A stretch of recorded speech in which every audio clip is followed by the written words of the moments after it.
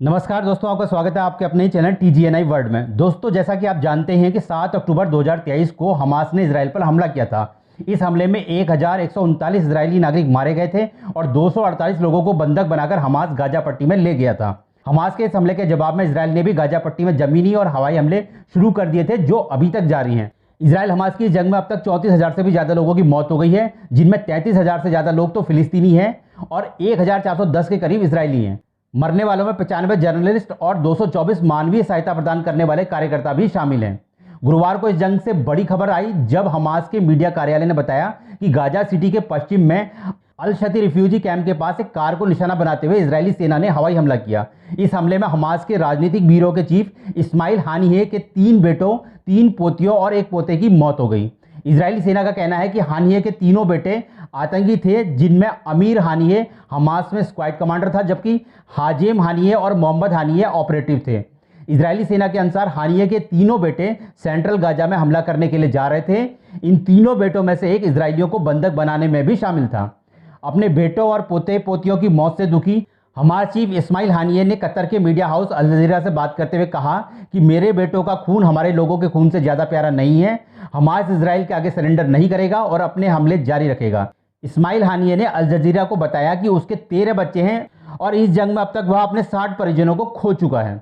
इस्माइल हानिये को 2017 में हमास का प्रमुख बनाया गया था। वर्तमान में इस्माइल हानिये कतर की राजधानी दोहा में रह रहा है, जहां हमास का एक राजनीतिक दफ्तर भी है, जिसे कतर की सरकार सिक्योरिटी प्रदान करती है।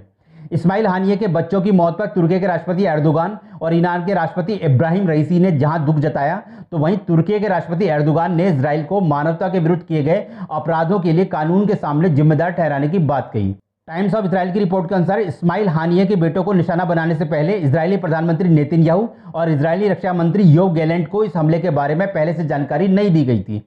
दोस्तों, जहां इजराइल और हमास के बीच जंग जारी है, तो वहीं इजराइल और ईरान के बीच भी तनाव अपनी चरम सीमा तक पहुंच गया है, क्योंकि 1 अप्रैल को इजराइल ने सीरिया में स्थित ईरानी एम्बेसी के पास एक एयर स्ट्राइक की थी, जिसमें ईरान के 2 सीनियर आर्मी कमांडर समेत 13 लोग मारे गए थे, जिसके बाद से ईरान ने इजराइल से बदला लेने की धमकी दी थी।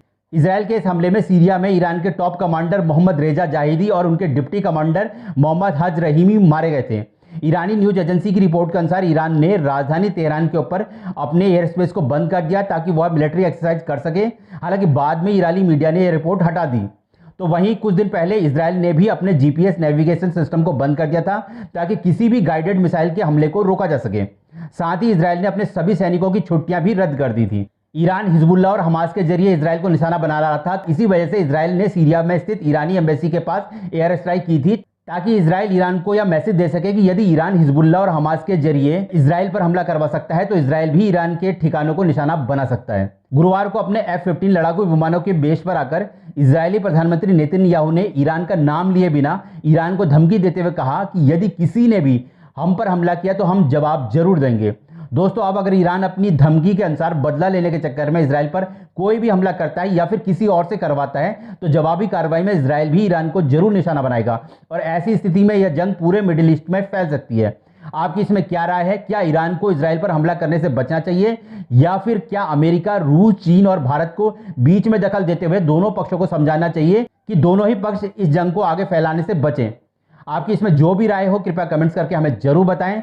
साथ ही चैनल के सपोर्ट के लिए चैनल को सब्सक्राइब करें, वीडियो को लाइक करें और अपने दोस्तों के साथ शेयर करें। हमारी सभी वीडियो की समय से नोटिफिकेशन पाने के लिए कृपया बेल आइकन को ऑल के साथ जरूर प्रेस करें। धन्यवाद।